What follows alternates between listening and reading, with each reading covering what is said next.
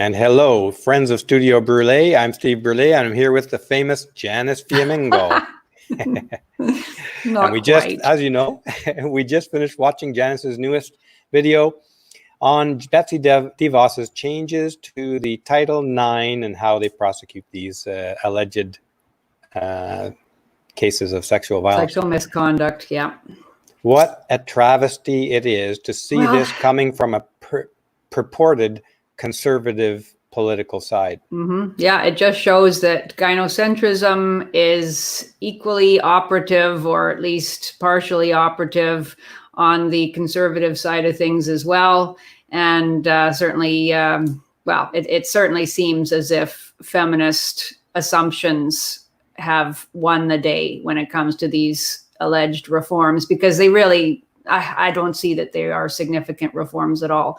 Now, I am assuming that somebody could say, well, look, Janice, you have harshly criticized Betsy DeVos based on her presentation. And of course, in her presentation, she's probably going to be wanting to spin the reforms in a way that's going to be least offensive to the large women's lobby that she knows is waiting to pounce on whatever she says and whatever changes she's made. And so, you know, she's using the feminist language in order to try to get some of those critics on side.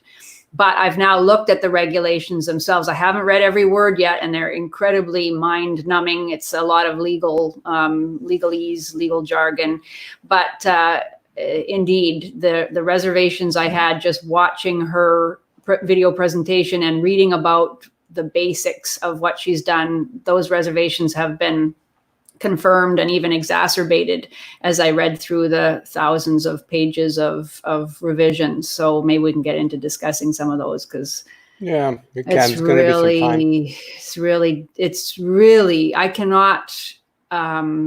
can't overstate how disappointed I am with what she's done and what she hasn't done. And to me, equally astounding and unnerving is the response. Of course, we've seen that the feminists are shrieking, and the ACLU has brought this lawsuit as if there is something there to complain about. And I think that's fascinating too. What a fascinating strategy of feminists. They won't even allow the other side to take an inch. You know, they've taken miles. They've had miles of inroads on the rights of young men at colleges to pursue their education free of the fear of false allegations. They've taken miles. And now this is just an inch being proposed to push that back. And even that, they're not going to allow without an enormous fight. And on the other side, on what I would say is our side, but we don't really have a side, the non-left side, there is no men's advocacy side in American politics. But as far as I can see, everybody's cheering this. There's an article in the on the website of the Foundation for Individual Rights in Education, FIRE, which was harshly critical of the Obama era regulations. And it says it's great, by a guy named Joe Cohn, titled New Title IX Regulations Carefully Balance the Rights of All Students. Yikes. How does it do that? One of the things, I think the only thing that we can grant is good about this is the recognition of the right to defend yourself, which I think was absent before. But yeah, your criticism, I know it's not enough by a long shot. I agree with you. The previous regulations also claimed that they granted accused students the right to defend themselves, but you know, it was possible. I mean, they gave individual colleges a lot of leeway in how much they allowed accused students to defend themselves. So in some cases, they didn't allow accused students to have a lawyer. Now that it has been overturned. So the new regulations under Betsy DeVos require that if a student wants a lawyer, he can hire one. I mean, a lot of students aren't going to be able to afford a lawyer anyway, right? So they can have an advocate. Well, big deal.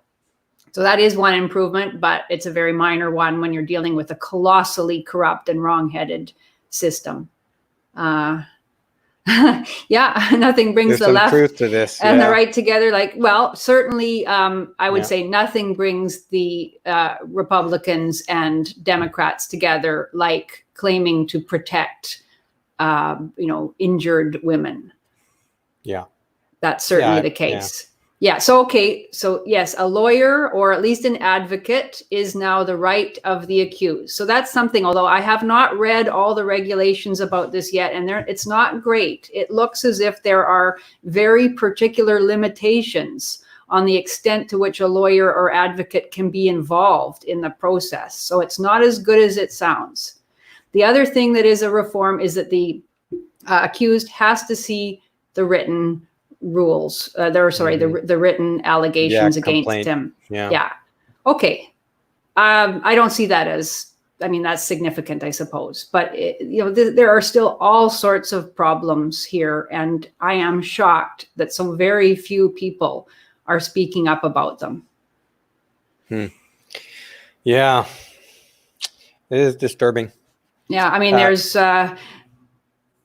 like, for example, FIRE protested the use of the preponderance of the evidence model under the Obama era regulations. That's the lowest possible standards. That's like 50+1%. Means somebody has to sit there and go, yeah, I think it's more likely than not that this guy did what he's been accused of doing.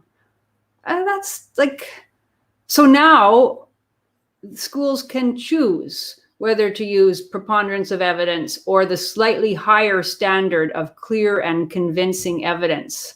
Well, why not beyond a reasonable doubt? These are very serious charges in many cases, and the repercussions on the accused men are very, very serious and permanently life-altering. Wouldn't you want to stress that it should be clear beyond a reasonable doubt? And yet sorry. That raises no problem. That raises the issue is like, and you know my view on this. I don't even think the university should be dealing with it at all. It should be just stripped right off campus. One of the commentators earlier said that if it's a crime, why is it even in the university system? They're claiming it's a crime. Nobody but the police has any jurisdiction over investigating and prosecuting crimes, and these are crimes. So if they want to prosecute, say, flagrant abuse of the university behavioral rules, say standards on campus, which are not covered under the criminal system, that's one thing. You can go ahead and put whatever campus standards you want. But if it's a crime that they're alleging, it shouldn't even be allowed to be dealt with the police. This is astounding to me. I always assumed that if there's an alleged crime, nobody but the police has anything to say about that. And that's what we should be going back to, I think. Absolutely. I agree with you. Absolutely. I could certainly say, I know what the feminist position on this is. They're going to say, what about that poor woman who has to keep attending class with the guy who raped her or with the guy who is sexually harassing her and making her life a misery? How can she go on? But the certainly police have all kinds of things. If the police believe her, they'll give her a no contact order. The police can come in and order the school to do something. We don't need two separate organizations handling the same problem and in conflictual ways. Yeah. Yeah. No, I absolutely agree. It is just astounding that somebody with no formal training, no experience, no background knowledge about all these extremely complex matters, it can be brought in to make a decision that is going to permanently alter the career prospects and the standing in his community of an accused man. Wow. And this is being applauded. Oh, great. Well, he can have a lawyer. What difference does it make? There's another question that comes to my mind is that aren't they undermining the justice system when they say that the universities can deal with a crime without addressing the police or the criminal justice system? They're kind of saying, well, the criminal justice system isn't relevant when they start to investigate a crime. Yeah.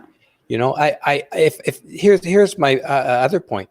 The CIA has no jurisdiction, I think, it could be wrong, but within the country, so to speak, or limited jurisdiction. They have to pass these things off to the FBI and vice versa. Yes. But here we have a case where the universities have just taken something. Yeah. And the legal system has not stopped them. No. Why? No. And this is the feminists within the education system who've, well, I mean, it was a previous administration that put this in Title IX, but nobody's saying, why is this there in the first place? Yeah. No, they accept it, and they seem satisfied with tinkering with it and making it as, as bearable as possible, I suppose. I got a question for you. What do you think about maybe certainly the word, you've read the regulations. I've read about 1,000 pages so far. There's still another 1,000 to go. But do they use the word survivor and accused? No, or do they use, what words do they use in the actual document? Mostly, I mean, the terminology changes, but it is mostly complainant and respondent. So of course that is terms. Better. Yeah, those are the legal terms, and that's better, more neutral language for sure. Now, okay, follow-up question. How much of this, her choice of wording, may be pandering to the electorate for the upcoming election, concerned about losing votes if they don't use the sort of popular lingo amongst some of the electorate? Sure. Yeah, could well be. It's odd that she would use survivor in this and never use survivor in the document. Well, survivor does appear in the document, certainly. It does? Okay. But, oh yes, it does. Yeah, it does. But more often it is complainant and respondent. So I think she used survivor so excessively in the video precisely for the reason you're suggesting, because this is now the culture that we live in. It expects that kind of language, that sort of presumption of the survivor's trauma, and that must be foremost in everybody's consciousness.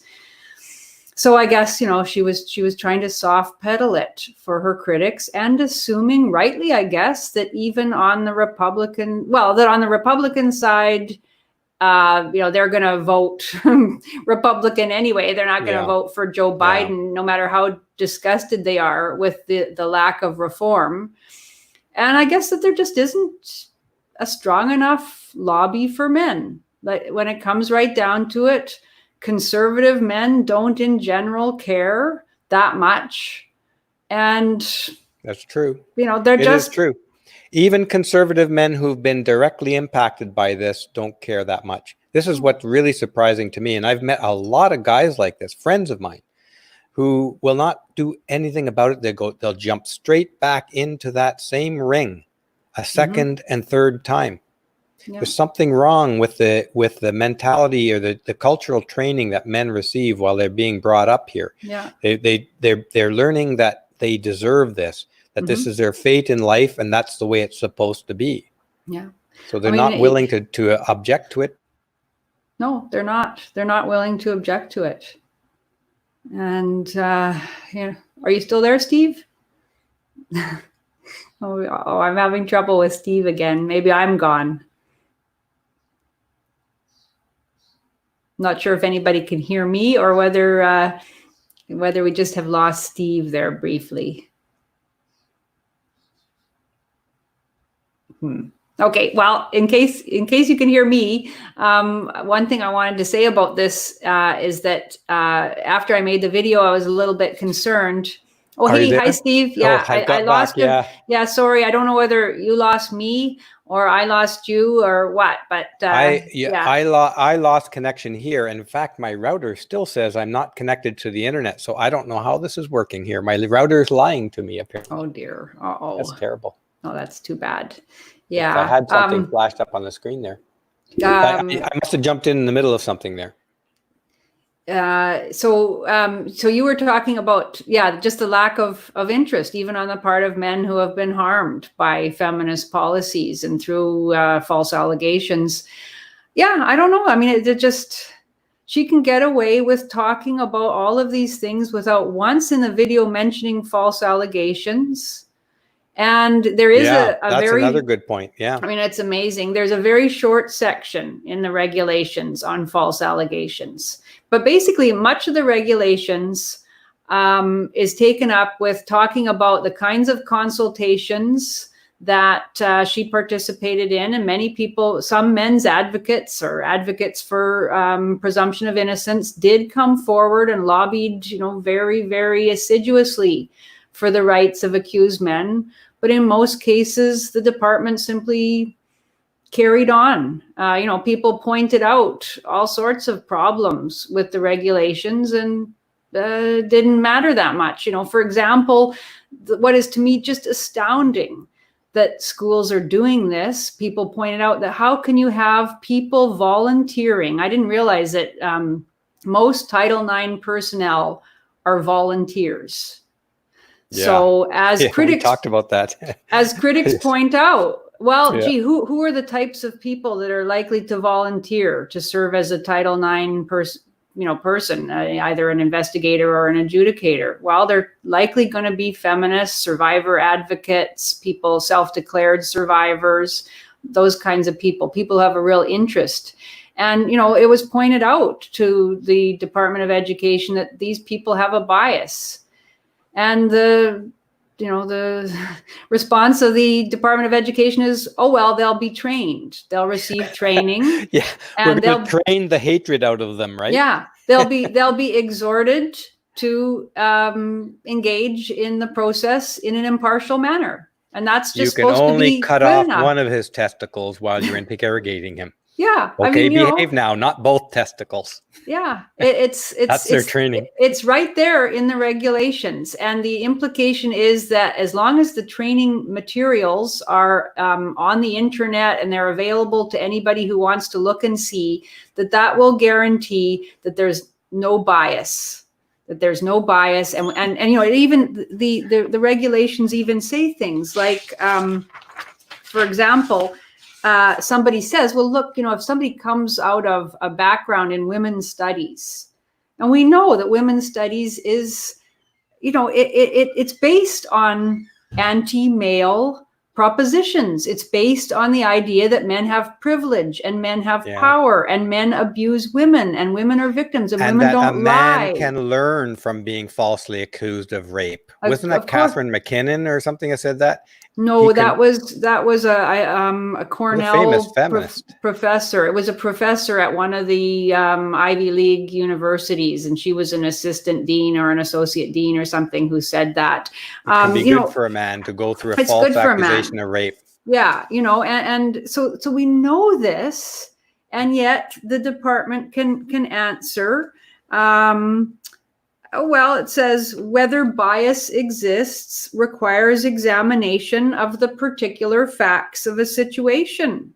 So, in other words, we should use caution, they say, not to apply generalizations that might unreasonably conclude that bias exists. For example, assuming that all self-professed feminists or self-described survivors are biased against men. Oh my God. So that's their response. That just makes me nauseous. Just right there. And that point that the people who come forward who want to serve in these positions are going to tend to be victim advocates, and they're going to tend to have this deeply, deeply ingrained bias.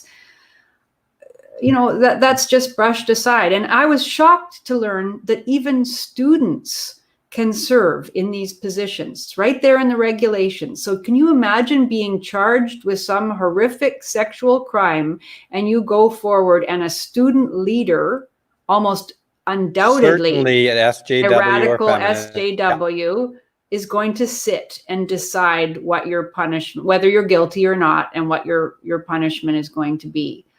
So it doesn't matter if the youth brigade of the Nazis or even the youth brigades in the Chinese party. Mm-hmm. I mean, these are out there to destroy their compatriots. Yeah, these are the most zealous, the most closed-minded, the most passionate advocates of the identity politics that has so corrupted all of academic discourse and thinking.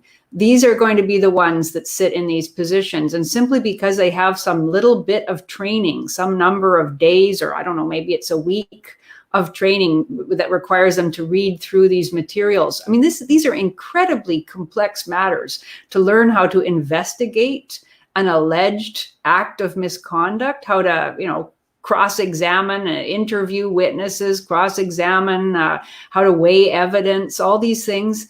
The idea that that can be taught to an ideologue, and that just by exhorting them that they should be impartial in weighing the evidence, that's going to actually have an effect. I mean, it's extraordinary. The other thing that I was really disturbed by, I mean, it's made clear in the video that DeVos did, where she talks about all these support services for survivors. And I looked in the regulations just to make sure that I wasn't wrong about that, to see whether there are also support services for the accused. And guess what? There aren't. I can guess. Yeah. I mean, it's here. It's in black and white. It's incredible. It says, unless a complainant does not desire supportive measures, and these are wide ranging, you know, these are basically, if you make an allegation, you can ask for nearly anything at this point. You can say, I can't take the tests that I'm supposed to be taking. Talk about incentivizing maliciousness, huh? Exactly. You make an allegation, and you can even say, I don't want this allegation investigated. That's fine. So, but I want the benefits of being an accuser. Exactly. I mean, come a survivor. on. Is that not a moral hazard? So, and no you know kidding. that automatically you will not have to write your final papers. You will not have to take your exams. You can have them deferred until you say you're ready to take them.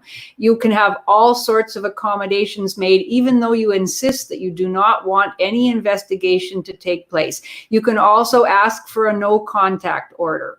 And that will be done, that will be put in place immediately. So what kind of presumption of innocence is that? What, the accused guy, he just finds out an accusation has been made against you. It's not going to be investigated, but you can no longer contact this person. You can't be on campus where she is. You've got to avoid, you can get into further trouble.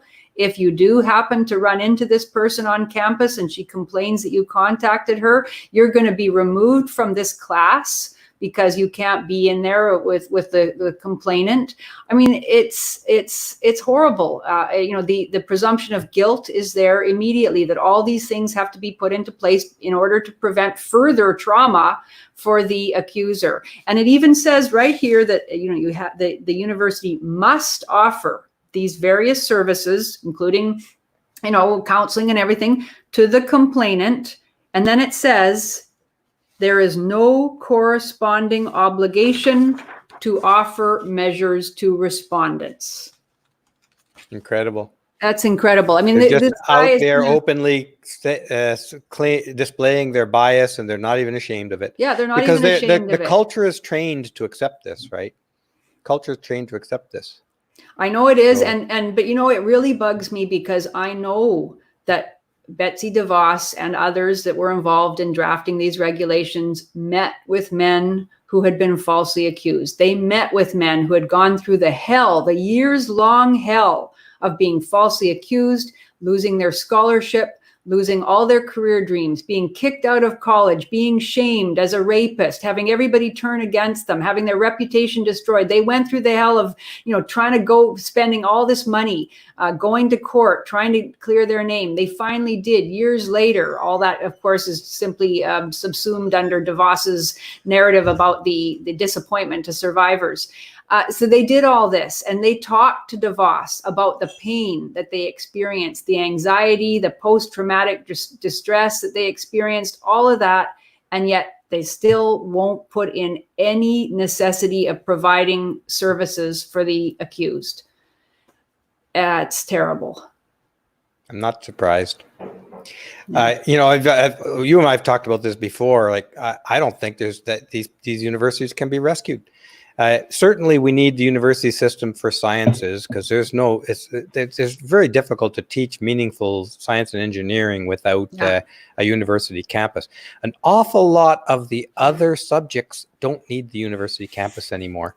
Even computer science, to certainly software. My son's university now, because of this coronavirus, they're talking about offering all their courses remotely next term. Yeah. Well, it's one of the good things that may result from the coronavirus, that we may recognize how little we actually need to have professors in classrooms, and maybe that will be a good thing. I mean, I have different feelings about that. I think most serious subjects, of course, I don't include identity politics as a serious subject, but even, sort of mushy, soft subjects like literature and, art history or religious studies, these kinds of things. Even there, I would say that there is a benefit to, an incredible benefit actually to being taught by an expert.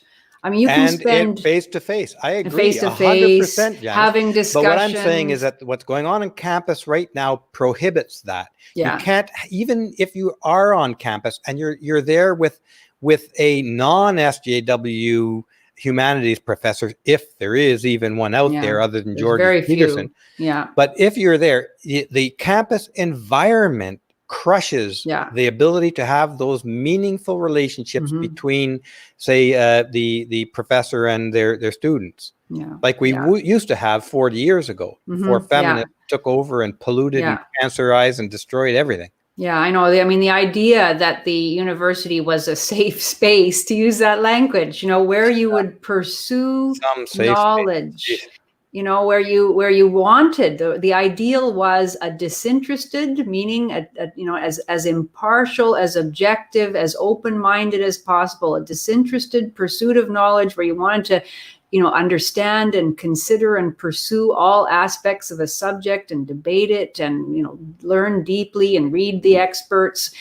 I mean, that was such a wonderful ideal, and it's been completely destroyed. I mean, I think, one of the solutions that will probably never be proposed is to bring back single-sex colleges.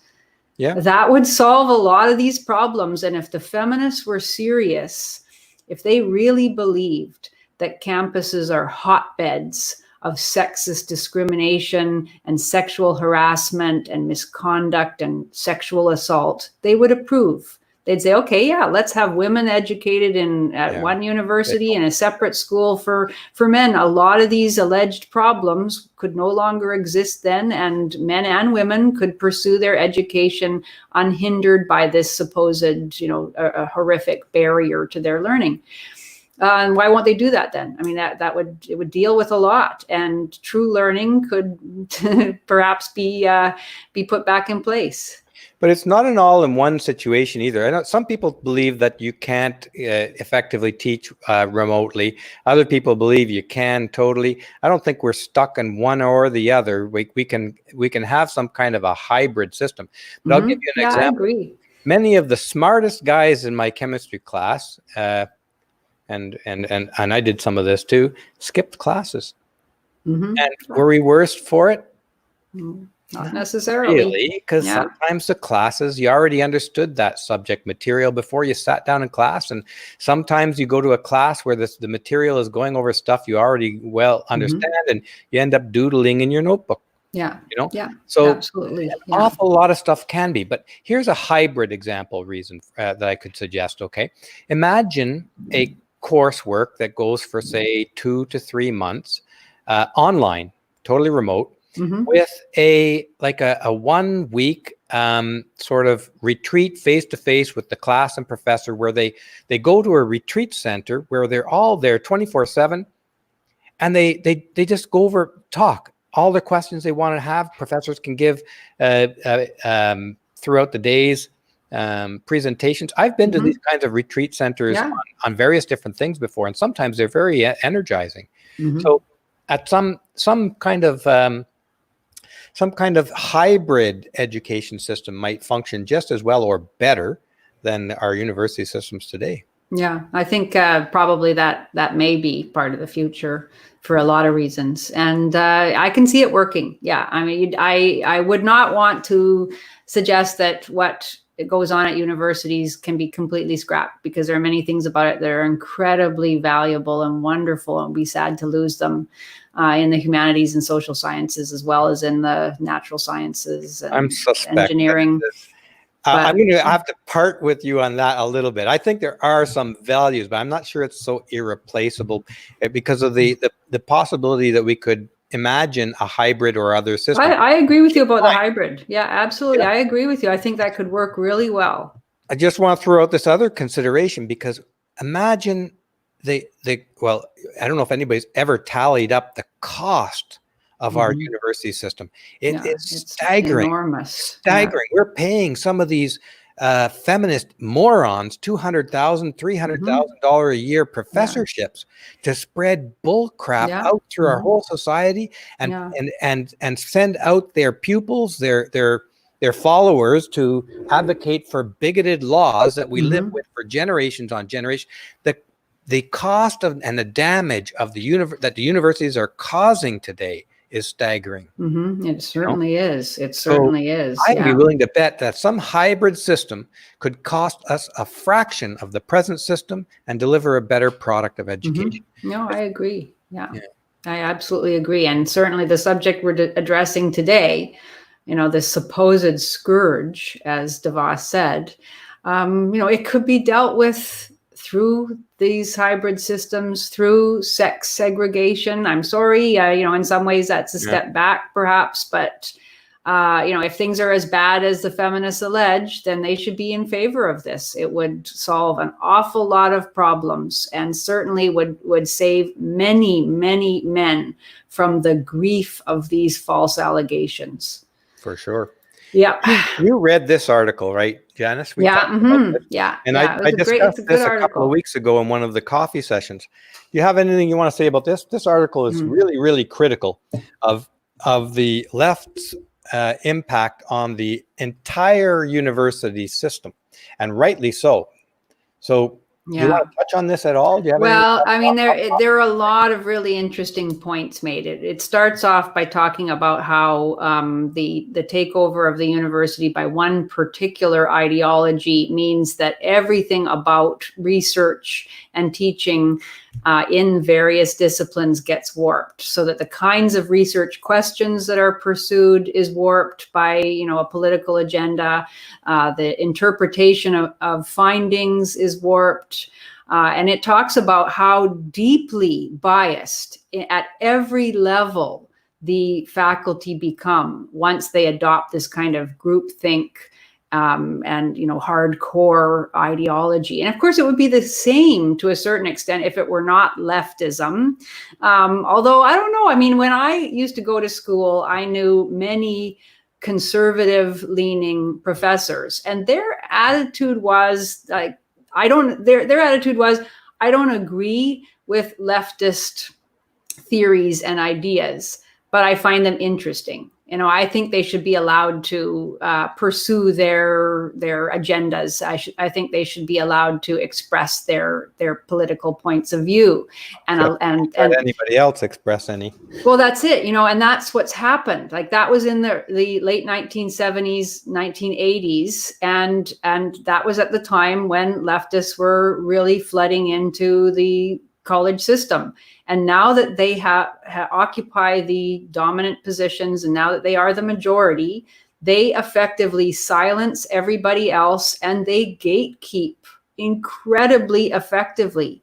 Because when you believe that your ideology is the only sane one, the only humane ideology, and that people on the other side, conservatives or non-leftists, are actually evil people, they will do anything to keep them out. And they really will. They will say it right out loud.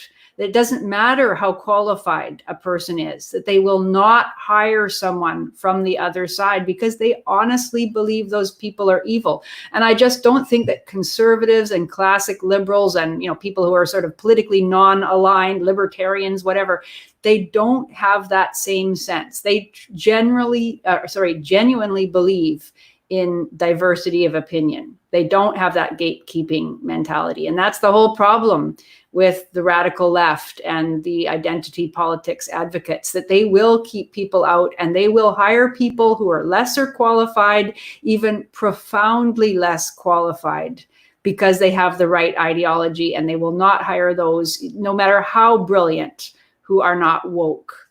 And I mean, there is no accommodation with these people. There is no dialogue, no matter what they say. And usually they'll be quite open about their belief that these people should be kept out. I can't disagree with that. The only thing I was going to point out is that we're using the term leftist when in fact this was all brought in by feminism. It started in 1970, and it was feminists that opened the door to all this stuff and pushed it forward with a brutal and vicious kind of bullying way.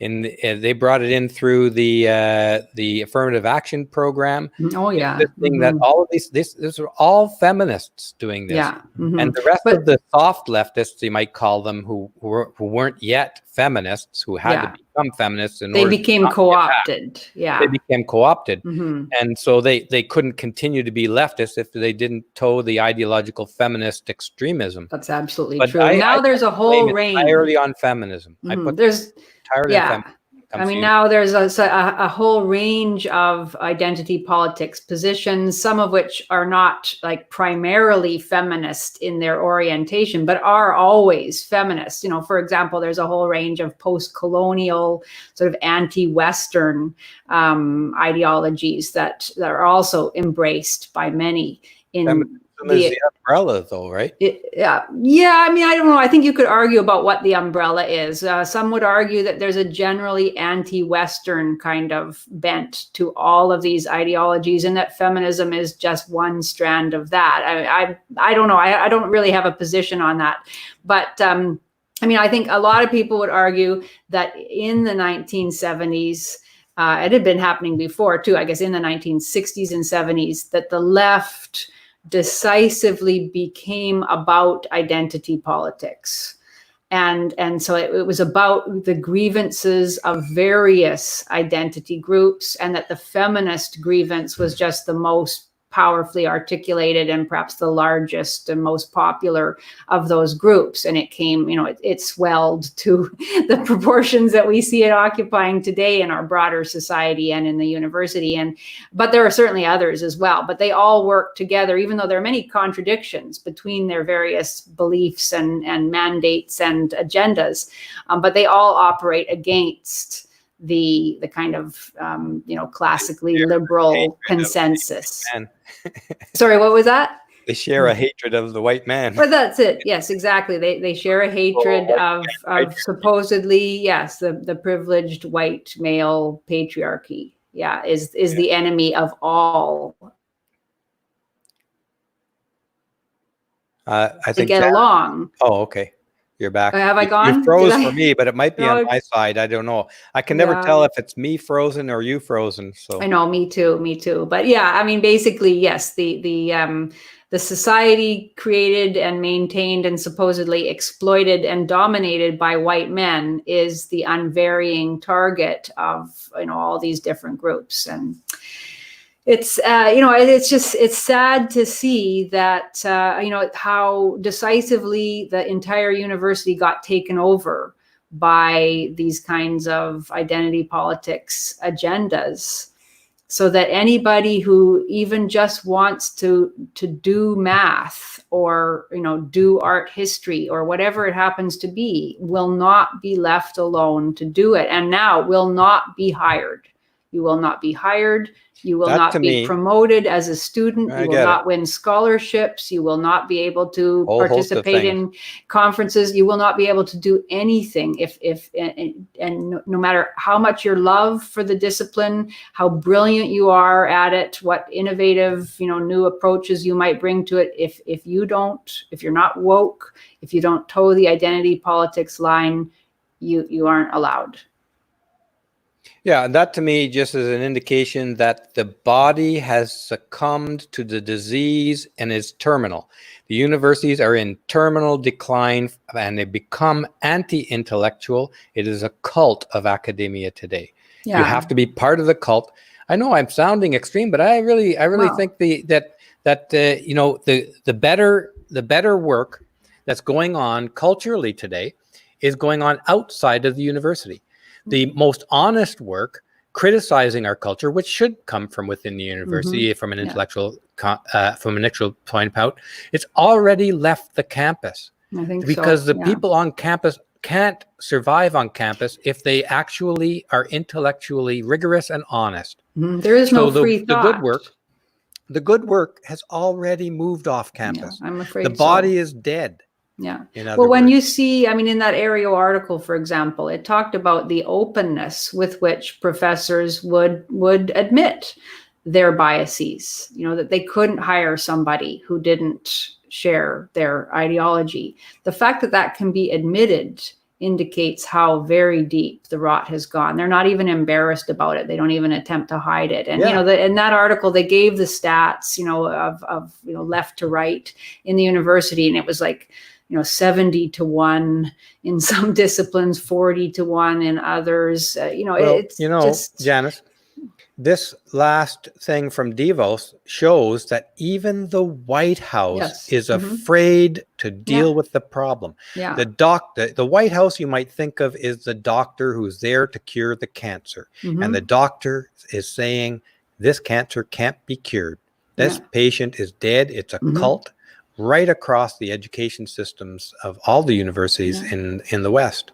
I agree. And I think that is incredibly disturbing. And the fact that, you know, you have organizations like the Foundation for Individual Rights in Education and others applauding this, even though their own criticisms of the former regulations have not been addressed, still using the lowest standard of evidence, still allows the accused to appeal a ruling, the accuser to appeal a tribunal ruling, so that the guy's got to go through the whole thing again, even though he's proved his innocence.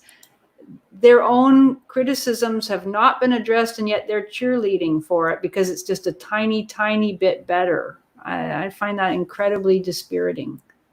Time in a Bottle says that Trump's own daughter is a feminist. Is that right? Of course she is. Yeah, I don't never looked into that. But. Yeah, she's always talking about, you know, the more money for women in business. And it's this, I mean, the same old. I guess every politician, you know, even Trump himself in his State of the Union addresses often celebrates the fact that, I'm going to just pick a statistic from the air, but it's something like, you know, 58% of the new jobs created were for women.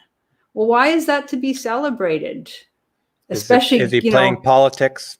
He's doing it too. Yeah, I mean, because it sells, because that's just how everybody thinks. Yeah, I mean, you know, it's still so deep rooted in our society that we all applaud benefits to women, and we do not applaud anything that helps men because we see that as somehow hurting women. I mean, that men are weak. Yeah, maybe. In a way, you know. Well, there's that as well. So, you know, and just the fact that, well, I just read an article by Kathy Young, who is an advocate for due process. And she's talking about the DeVos regulations.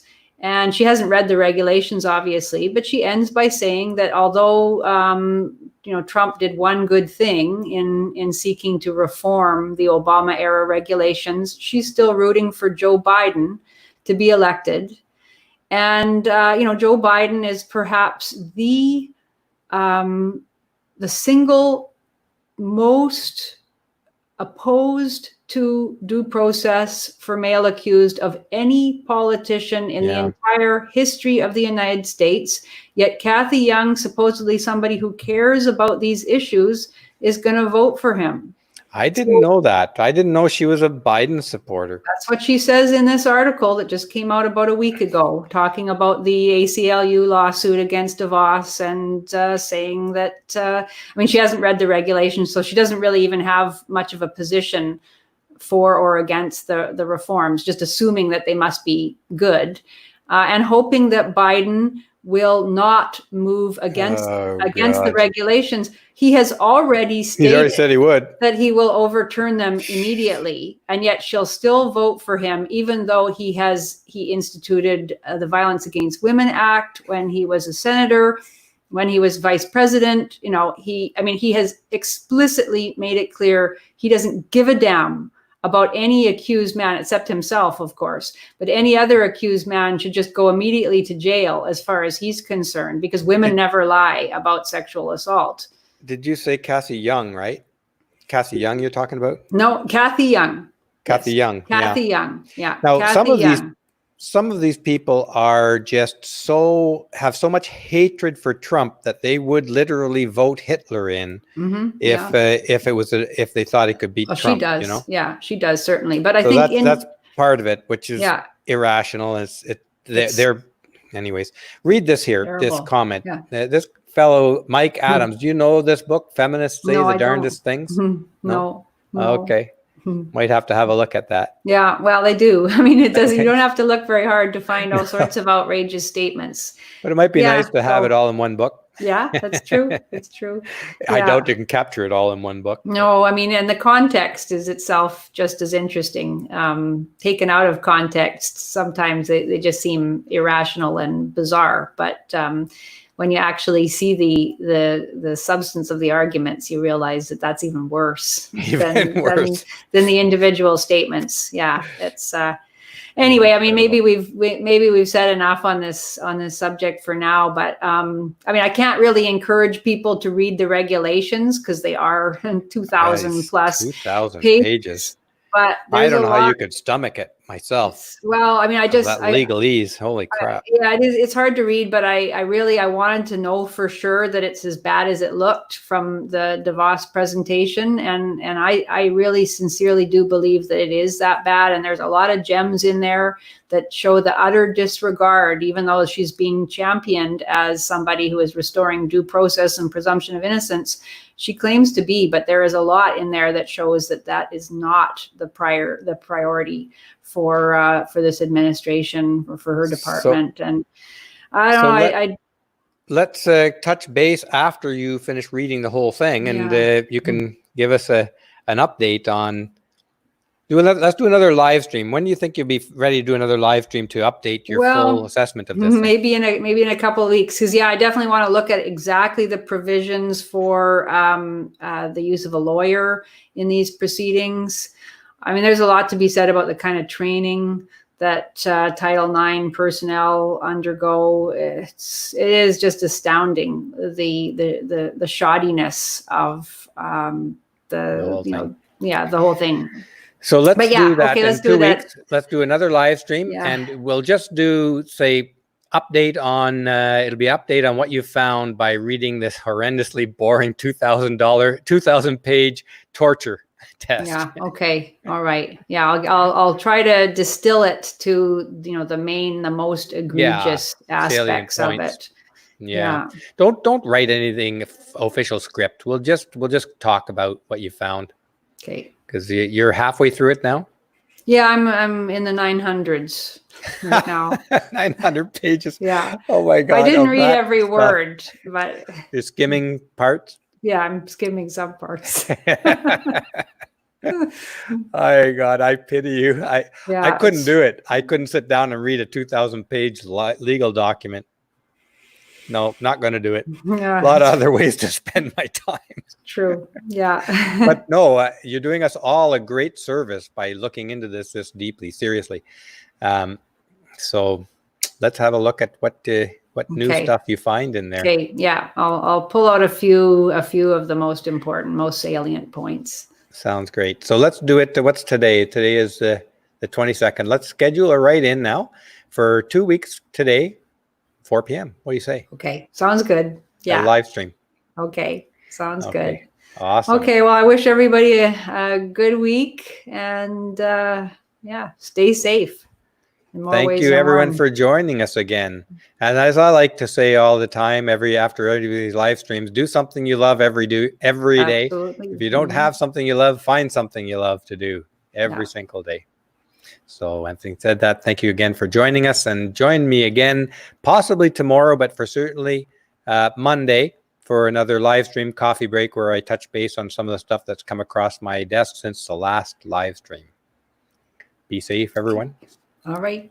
And have a good weekend. Have a good weekend.